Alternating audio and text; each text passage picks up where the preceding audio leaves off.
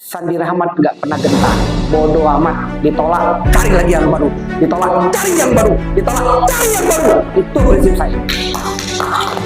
Karena kerja tuh kerja dan selalu pikiran positif. Apakah Pak Sandi terlahir dari seperti itu? Enggak. Nengok orang kaya pakai mobil itu sombong tuh. Alah, jangan-jangan itu korupsi. Jangan-jangan bapaknya kasih. Itu otak saya dulu. Siapa yang pernah otak miskin kayak saya tadi? Terus saya ikut acung tangan. Saya sudah tahu wajahnya. Jangan-jangan itu. Betul nggak? Negatif. Sabor alah, jo kayo. Tadi kayo tuh sibuk. Naruhnya di mana? Bang. Ya, orang kaya di mana-mana beli. Taruh di bang. Anda tahu nggak kalau saya ini sebenarnya introvert? Saya ini ketika ada perkumpulan, misalnya perkumpulan keluarga, saya tuh paling tidak suka ngumpul.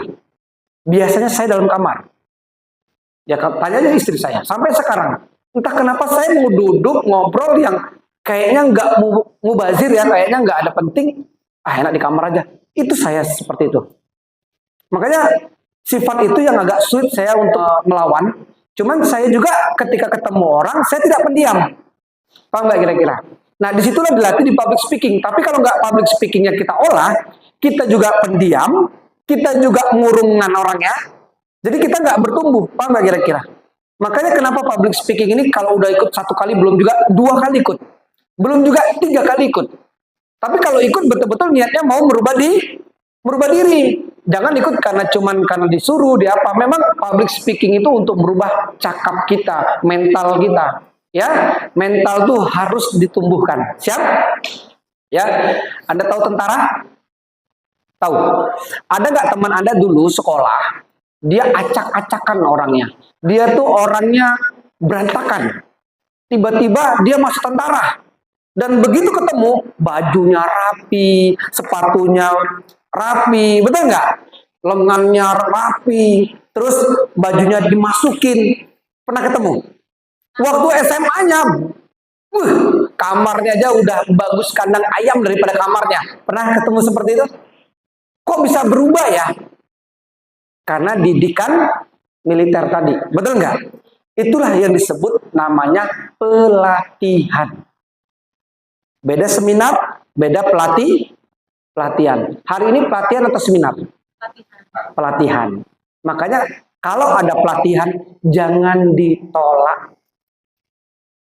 Jangan dimotivasi lagi. Oh pelatihan, justru kita motivasi tim kita. Paham sampai di sini? Jadi yang pertama kalau kita ngedown tadi, apa yang harus kita perhatikan? Pertemuan. Jadi kita harus hadir rajin ikut siap. Mudah-mudahan Sarolangun dalam waktu dekat kita bikin pertemuan. Amin. Tepuk tangan. Ya. Kita serbu Sarolangun siap? Nah, yang Sarolangun serbu Bangko siap? Ratakan. Ya. Jadi kalau kita setiap ketemu, wah ini harus. Saya tuh gini.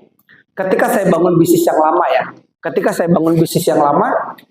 Saya ke Bangko. Orang Bangko bilang, Pak, kami ini dari tahun 2018 bangun bisnis ini, kata dia. Bapak baru masuk. Justru itu saya masuk. Loh kok bisa? Justru itu. Ini udah rata kami buat, Pak, kata dia. Iya kah? Saya bilang gitu. Udah rata kalian buat? Alhamdulillah. Kenapa? Berarti saya udah pakai bacot lagi. Datangnya cuman pakai data. Karena sudah dipresentasi sama mereka. Anda tahu kenapa saya 5,5 bulan dapat mobil kemarin? Karena saya prospek orang yang sudah diprospek. Nikmat otak positif kan? Kalau orang negatif, iyo, ngapain di sini? Orang lah banyak di sini. Banyak yang tidak sukses. Mobil lah banyak dapat. Lah 6. Saya masuk. Bangko ini kecil. Tidak mungkin bisa sukses. Betul nggak? Itu negatif. Tapi positif. Ini peluang besar untuk saya. Kemana orang-orang itu? Udah pada vakum. Nggak ada bunyi lagi. Betul ya Pak Wahidin ya? Alhamdulillah. Terus saya tegak di bangko. Saya lihat kiri, kanan, atas, bawah. Saya nggak punya teman. Saya punya saudara. Ada beberapa orang. Termasuk Bu Zarma. Tapi waktu itu saya nggak prospek Bu Zarma. Kebetulan lewat, nampak Bu Zarma standing. Saya saya standing balik kanan. Halo Bu Zarma, gitu ya. Ketemu, rupanya mau gabung juga. Nah, tapi waktu itu Bu Zarma belum all out juga. Ada ibu angkat saya juga nggak all out juga. Akhirnya saya sendirian di sini. Akhirnya saya ketemu Kando waktu itu, Bang Andi numpang tidur ya, gitu. Saya numpang tidur di rumah Kando, ya, dan di situ saya memulai waktu itu ya. Dan saya cuma berpikir, suatu ketika nanti grup saya paling besar di Merangin. Bayangin sendirian tuh, masuk akal nggak? Upline nggak ada, tahu sawit indah, ngomong pupuk, tapi ngomongnya begini di atas. Saya pasti besar grup saya. Hebat kan? Uniknya kalau orang melakukan itu dibilang gila, tidak masuk akal. Awak dewean, tidak ada kawan, tidak ada kenalan, yang banyak di Bangko. Tapi ngomong macam itu di saat orang sudah banyak yang dapat mobil waktu itu di sini. Dan saya buktikan setiap ada sawit tegak nongkrong apa tertumpuk saya datangin. Pak ini Pak pupuk bagus. Bu, ini Bu, pupuk bagus. Wah, kami udah pernah dengar. Nah, bagaimana menurut Ibu setelah dipresentasi? Ah, nggak ada reaksi. Wah, ini yang menurut saya agak keliru. Jadi ketika dia ngomong apapun, saya ada bahasa yang lain. Paham nggak kira-kira? Begitu orang marketing. Jadi orang nolak, itu sebenarnya kesalahannya, Bu. Oh, jadi gimana? Harusnya, Bu, begini, Bu. Harusnya begitu, Bu. Oh, saya dulu nggak dibilangin begitu loh. Mungkin sudah dibilangin, cuman dia nggak ngeh. Makanya presentasi kalau pakai visual itu nggak akan bakal bisa nangkep di otak. Makanya harus ada barangnya, harus ada flip chart, harus ada video. Saya begitu presentasi. Iya kalau emasnya agak lengkap ya. Begini aja Bu. Bapak Ibu pakai pupuk ini kalau tidak terbukti, ya kan? Nanti nggak usah beli lagi. Bukan nanti saya ganti ya. Nggak usah beli lagi. Kenapa? Setahu saya ini video ini jantan Bu. Tunjukin video orang waktu itu. Bisa berbuah. Pakai pupuk ini Bu. Tapi di Bangko belum ada yang bukti loh. Justru itu Ibu jadi buktinya. Selalu berpikir positif. Itu bisa nggak kira-kira? Bisa begitu? Justru itu Bu. Saya berjanji 3 bulan sekali saya akan kontrol sawit Ibu. Ini nomor handphone saya. Bu, saya kalau mau nipu dengan pupuk ini, saya ada anak istri di rumah. Nipu jatahnya cuma 3 bulan. Betul nggak? Nipu itu jatahnya cuma 3 bulan. Ibu, ini nomor handphone saya tinggalkan Kerinci ini nggak mungkin mau nipu orang.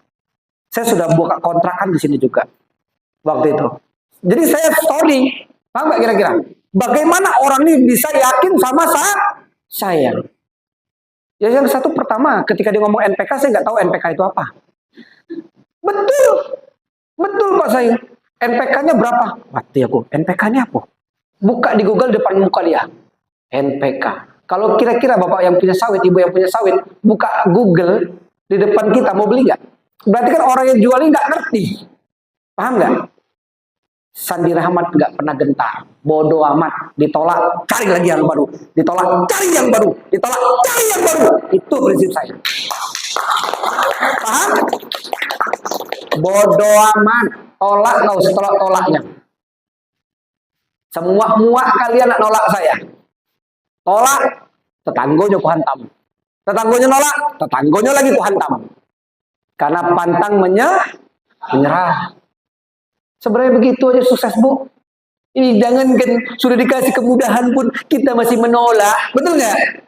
Sudah bisa ini. Aku ganti kulit hari ini plan. Nggak bisa gue lompat. Hujan deras kayak kertas terbuat dari kulit itu. Meleleh. Kalau hujan pakai mantel. Bapak, saya sering jadi setiap di bisnis, saya selalu jadi namanya Korea.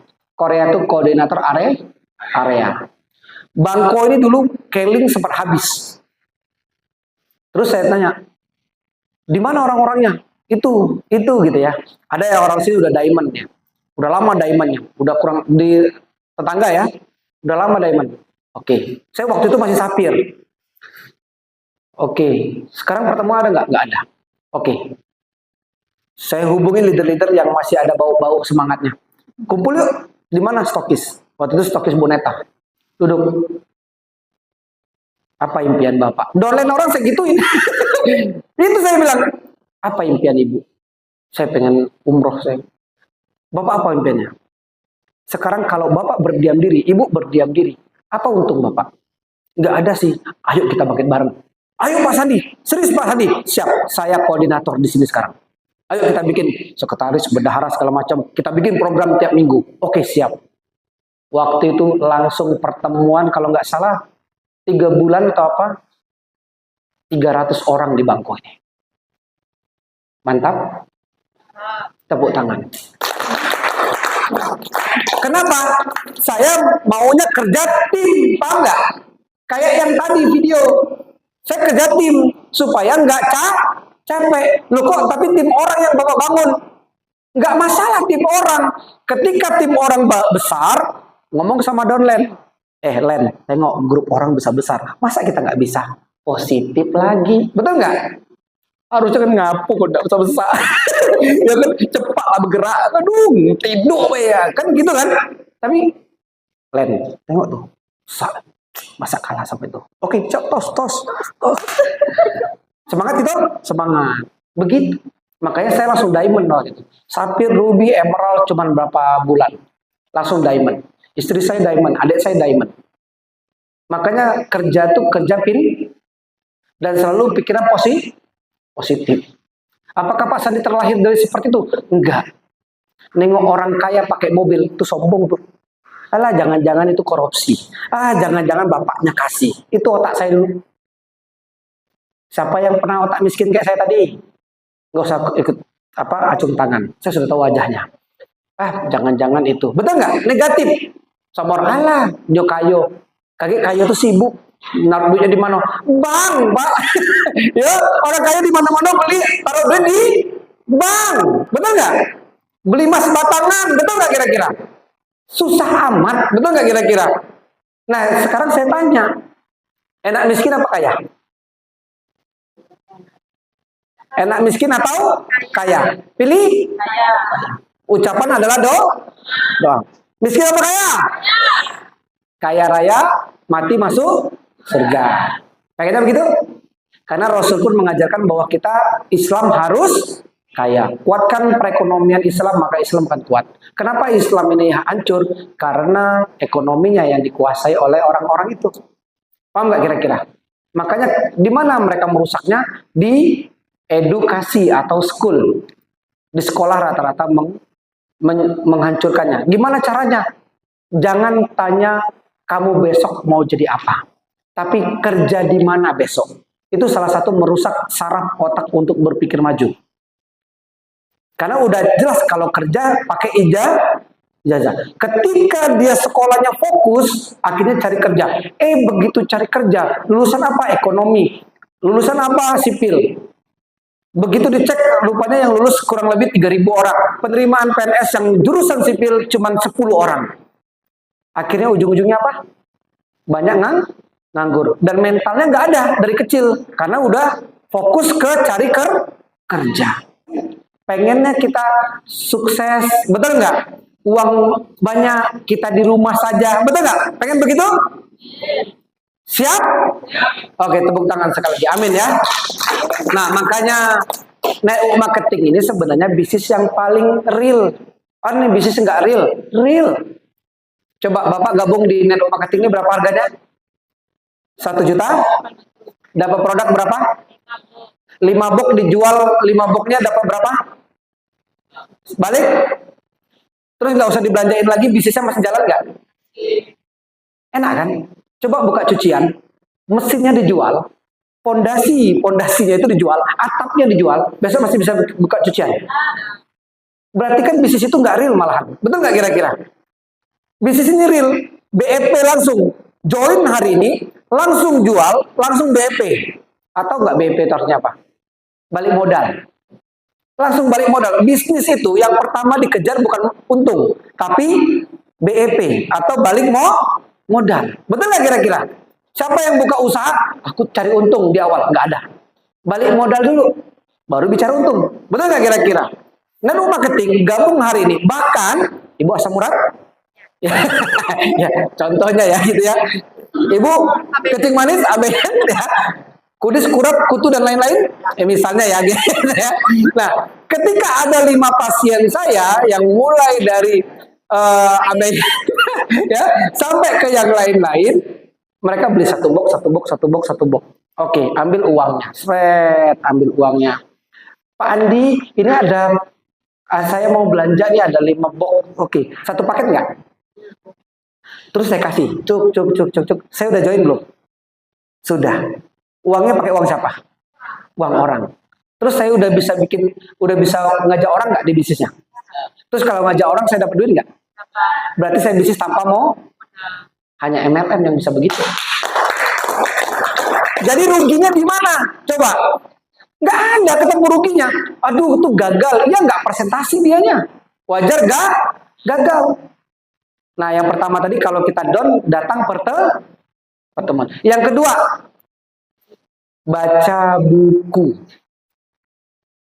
Siapa yang muak baca buku, angkat tangan. Jujur aja, jujur. Jujur, sama kayak saya.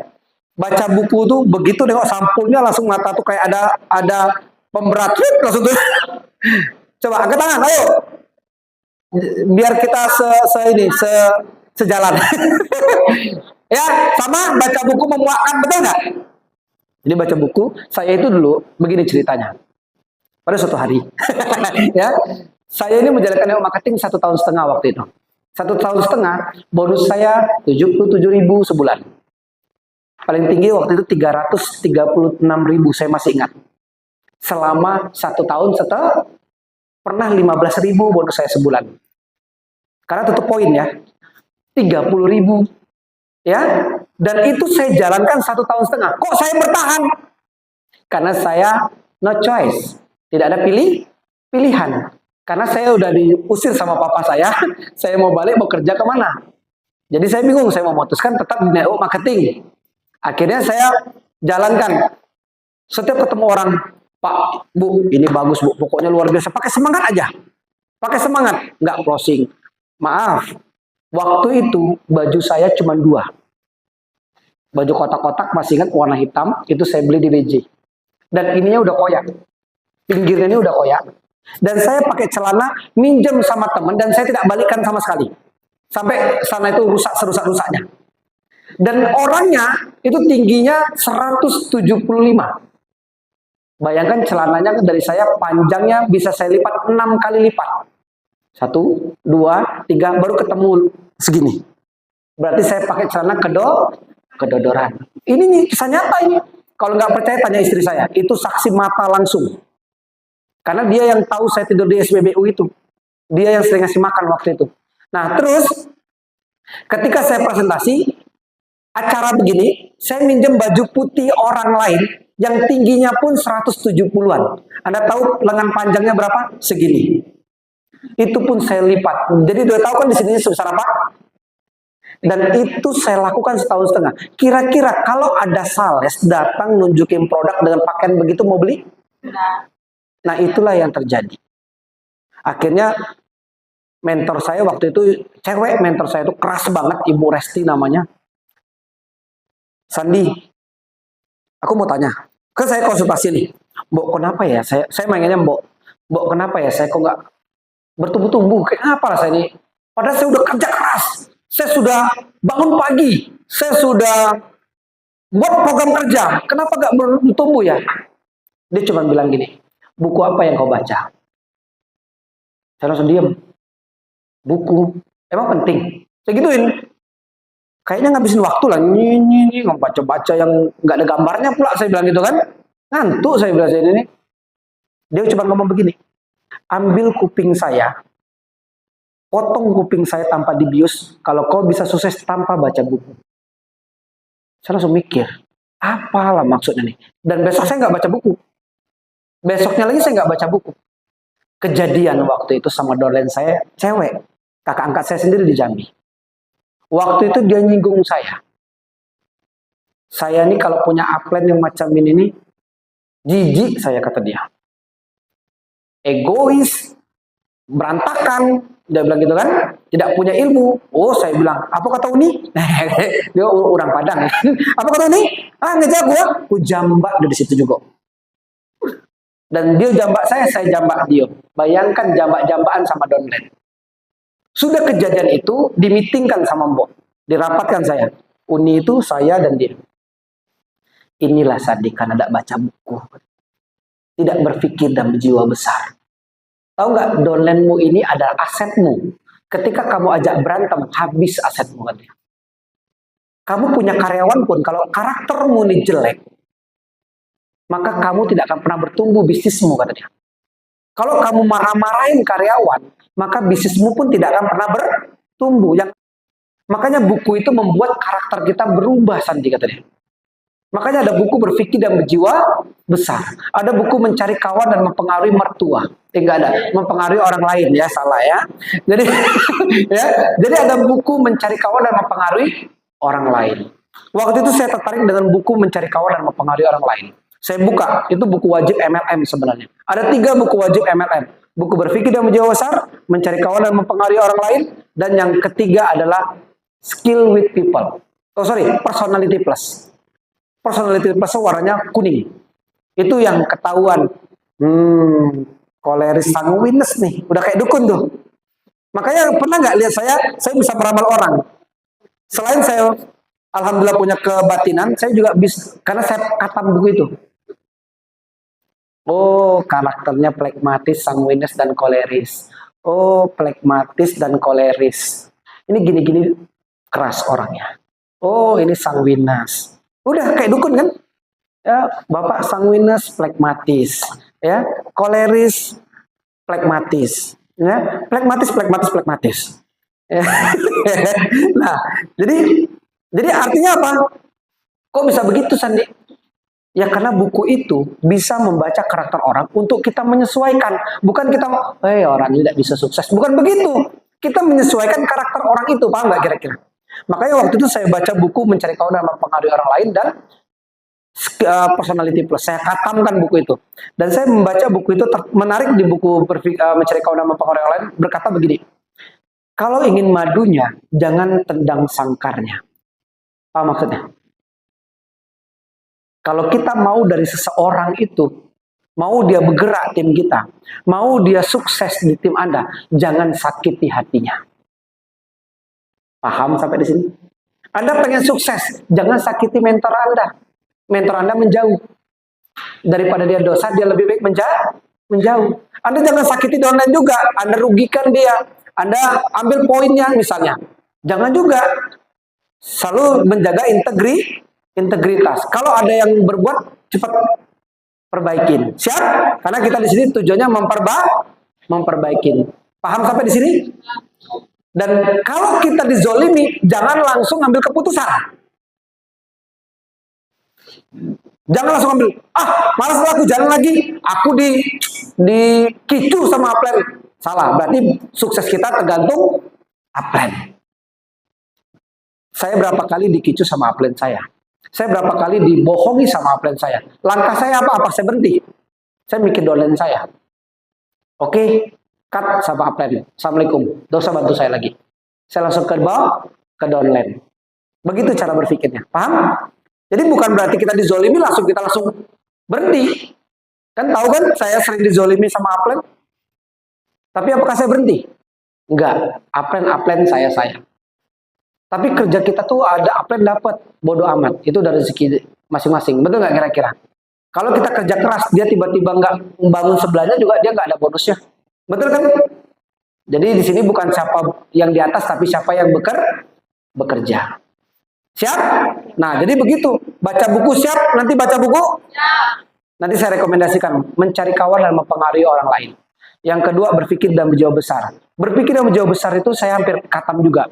Dan saya membacanya begini. Di bab 12 mengatakan, bukan di mana Anda saat ini, tapi kemana Anda akan tiba. Apa maksudnya?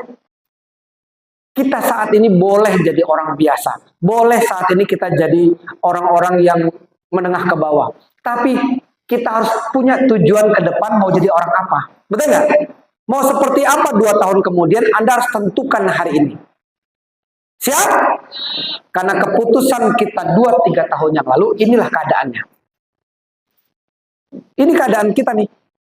Siapa yang masih sulit hidupnya, Itu karena keputusan kita 2-3 tahun yang lalu.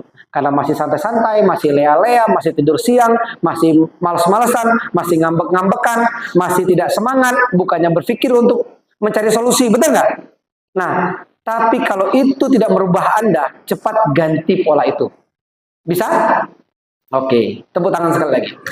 Ya, jadi kalau kita ketemu pelanggan atau ketemu calon prospek kan sering gitu tuh. Jangan sakit hati, paham? Ngomong aja. Dalam hati begini ngomongnya. Ya Allah, terima kasih kau uji aku dengan orang ini. Paham? Tapi biasanya balik dari situ dapat rezeki loh. Anda jangan merutuk. Saya sering begitu. Ikhlas saja, hantam aja terus. Betul nggak? Pernah saya lagi prospek, Pak. Dia ngomong sama sebelahnya. Sakit hati saya. Jadi gitu kita prospek. Dia cerita sendiri. Jadi saya seperti ngomong sama siapa ini sebenarnya, gitu kan? Pak, ini produk bagus loh Pak. Begini-begini. Dia ngomong, baik Pak, gini-gini. Saya nggak ada yang dengerin.